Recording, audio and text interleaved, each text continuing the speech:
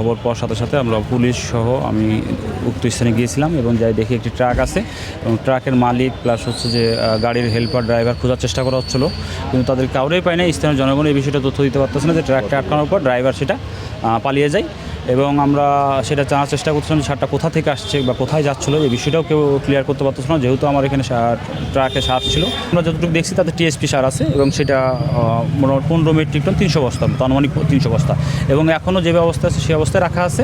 হয়তোবা সেটা খুলে তারপরে গণনা করা হবে। আপাতত ধারণা করছে 300 বস্তার মতো আছে আর কি। বসুন্ধরা টিস্যু অশুদ্ধতার বিরুদ্ধে এক বিন্দুও ছাড় নয়।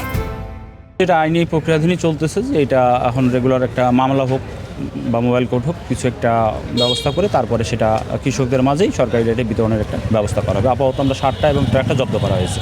এখন ডিসিশনটা পরবর্তী আইন বিষয়টা সেটা আমাদের ঊর্ধ্বতন কর্তৃপক্ষ আছে, তারা বিষয়টা দেখতেছে এবং আমাদের যে উপজেলা নির্বাহী অফিসার মহোদয় আছে ওনাদের বিষয়টা অবগত করা হয়েছে। ওনার বিষয়টা দেখতেছে, কী করতেছে তারপর আমাদের আমি জানাবো।